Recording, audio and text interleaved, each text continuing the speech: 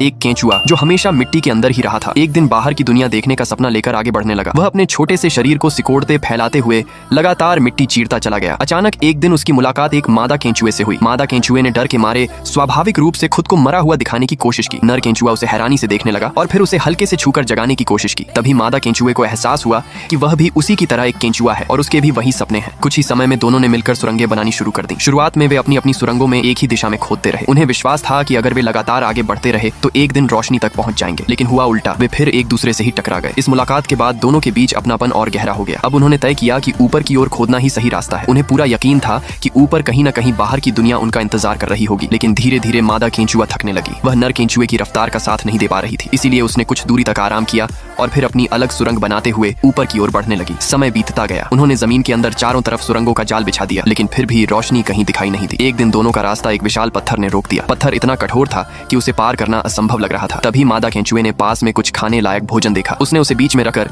दोनों ने मिलकर खाना शुरू किया। मादा जल्दी जल्दी खाने लगी और आखिरी निवाला भी खुद ही खा गई। कुछ ही देर बाद दोनों को बदहजमी हुई और वे एक साथ डकार लेने लगे। अब उन्होंने अलग अलग दिशाओं से पत्थर के किनारे ऊपर चढ़ने का फैसला किया। काफी मेहनत के बाद वे फिर आमने सामने आ गए, लेकिन ऊपर की मिट्टी इतनी सख्त थी कि पत्थर नीचे गिर जाने के बाद भी रास्ता नहीं खुला। दोनों बुरी तरह थक चुके थे। मादा ने कहा, दाईं तरफ से चलते हैं। नर बोला, नहीं, बाईं तरफ से जाना आसान होगा। मादा नाराज होकर बोली, तुम इतने समय बाद भी उतने ही जिद्दी हो। हर बार मेरी बात मान लेते थे, लेकिन इस बार मैं अपनी राह खुद चुनूंगी। नर ने भी अपनी जिद नहीं छोड़ी। आखिरकार दोनों अलग अलग रास्तों पर निकल पड़े, लेकिन दोनों को भरोसा था कि किसी न किसी दिन वे फिर मिलेंगे। वे पूरी ताकत से आगे बढ़ते रहे। आखिर एक दिन नर केंचुए ने मिट्टी की आखिरी परत तोड़ दी और बाहर आकर एक छोटे से मिट्टी के ढेर के पास गिर पड़ा। तभी एक घोंघा धीरे धीरे उसकी ओर रेंगता हुआ आने लगा। उधर मादा केंचुए ने भी मिट्टी की अंतिम परत पार कर ली। ठंडी हवा उसके शरीर को छूकर गुजरी। पहली बार उसने सूरज की गर्माहट महसूस की। दूर दूर तक फैले पहाड़, जंगल और झीलें देखकर वह मंत्रमुग्ध रह गई। उसने सोचा, दुनिया तो कितनी विशाल है और मैं कितना छोटा हूँ। उसे क्या पता था कि उसके ठीक पीछे मौत खड़ी है। उसने पहले कभी इतना विशाल पंखों वाला पक्षी नहीं देखा था। उसे यह भी नहीं मालूम था कि वही पक्षी उसका शिकारी है। विशाल पक्षी ने उसे देखा और बिना एक पल गंवाए उसकी गर्दन को अपनी चोंच में दबोच लिया। मादा केंचुआ दर्द से चीखने लगी। उसकी चीख सुनकर नर केंचुआ तुरंत मिट्टी के ढेर की दूसरी ओर भागा, लेकिन तब तक बहुत देर हो चुकी थी। उसने अपनी आंखों के सामने अपनी साथी को